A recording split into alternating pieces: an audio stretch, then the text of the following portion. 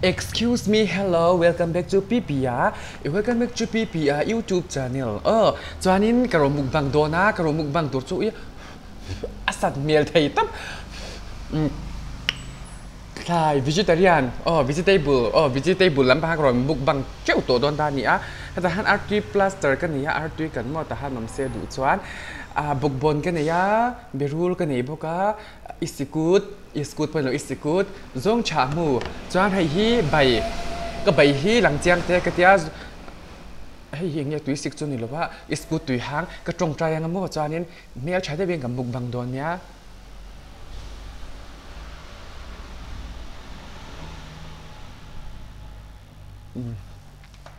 cái thầm đều đua thiểm là bao nhiêu cái sợi cho ama star boy sri lâu vin na zuni min phan em tiếng mô cái liền rầy cái riêng choáng lâu tụi nào po nha nên cái single cho nên mô cái rồi mục bằng đó ngã tầm heo wow tụi cái thấy ta nó ôm rõ xe nhìn ôm ui lằng vết thế nhưng mà đi po ăn thì cho nên hay là lâu xe nên hay phiền cái là lâu va cần xôm phốt tăng nghe tụi nó cho cái ít hệ lâu xí nè tops ui ngon rõ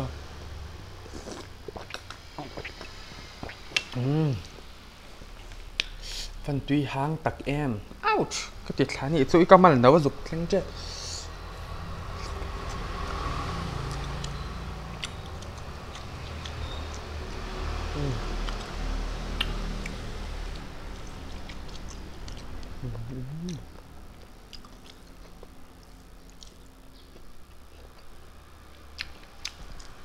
rong chạm mua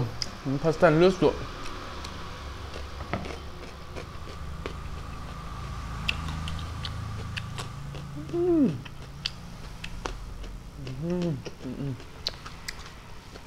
tí tóc tụi đang gần ngay là mình ngay bia là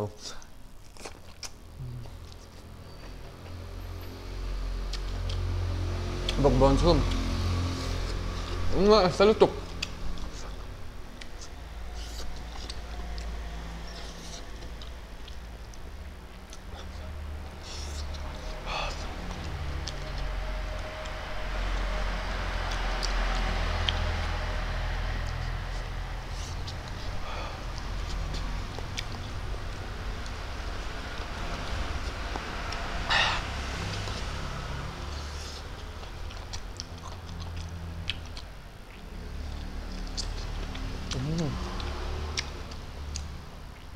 tuy heavy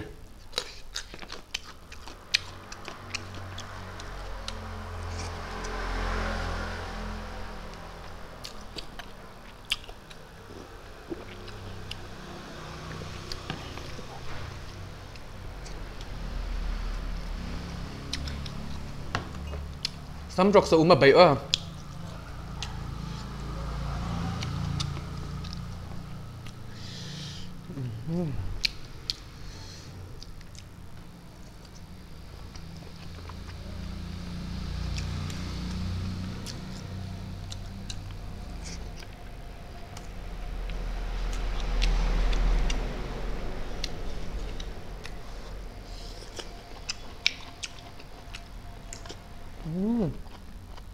berul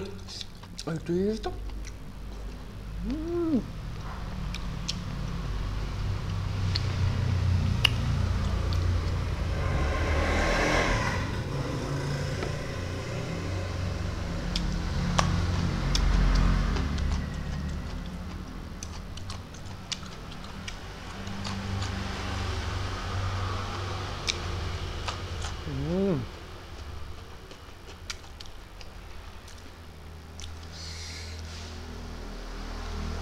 berul tui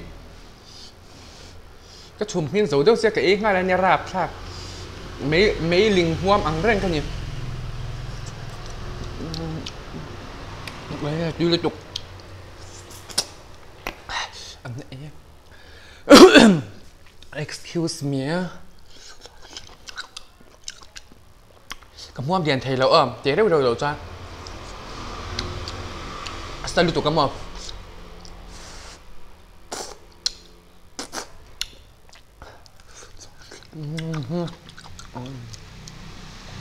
sao lẩu xe cho hẳn muồm bốc chú nha ai à tuy lúc tục mùi hình lốc đòn mà nhìn lẹo á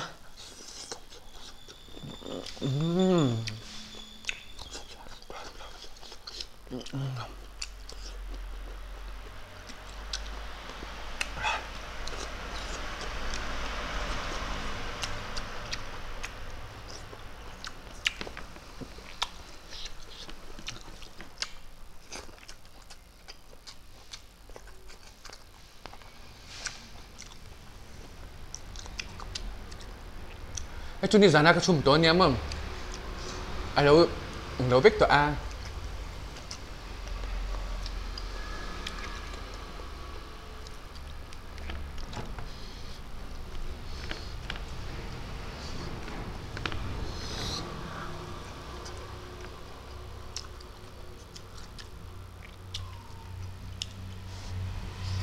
Asta lutuk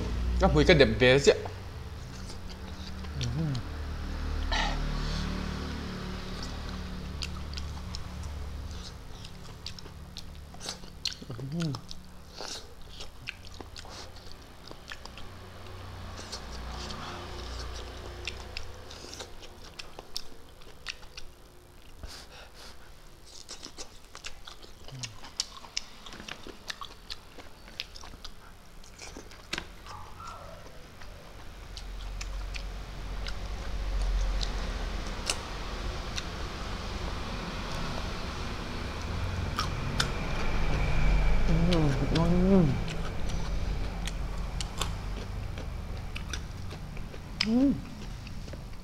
Chưa được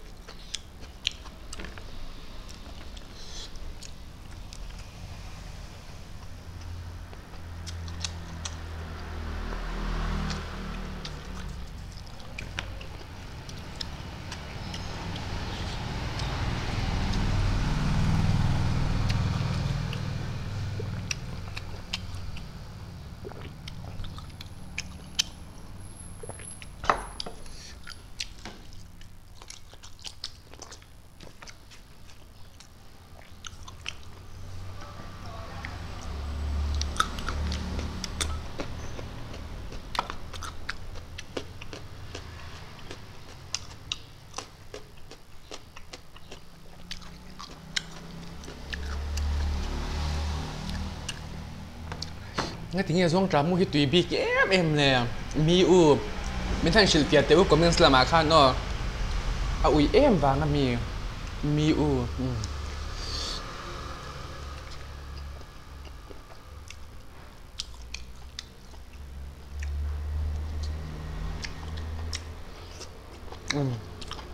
em chọn lâu đài gì tổ mà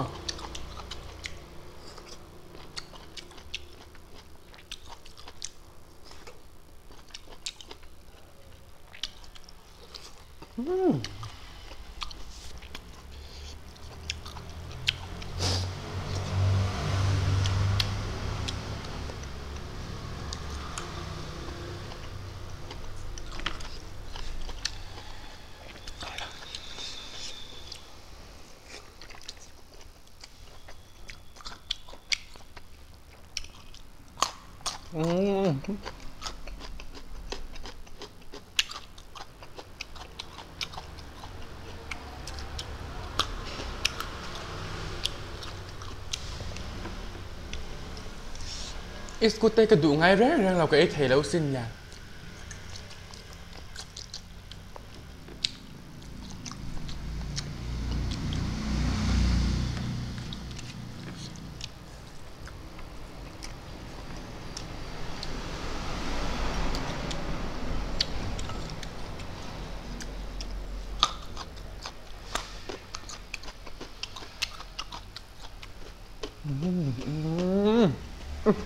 Ăn lẹ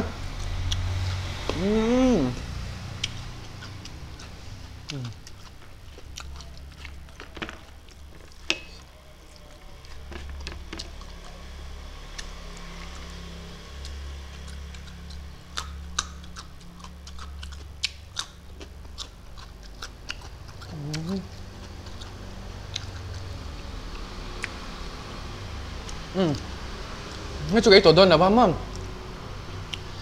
chú nào cái mày hàng cắt chắc liền cắt rộp liền đôn nhiệt chú với chú sắm bộ tụi cái này mấy thì bộ ngang ngay à chám chú cái đợt trả đôn ta nhiệt chú phải bèo choáng là bao khi ai là tiền hết cái này chám mình sẽ thèm mẹ mà tiền hết chám cái channel hi là subscribe đầu chám like and subscribe khá thì nhìn lâu tuổi bye bye ua giảm một rêu rêu tuổi tắc ngủ lâu tuổi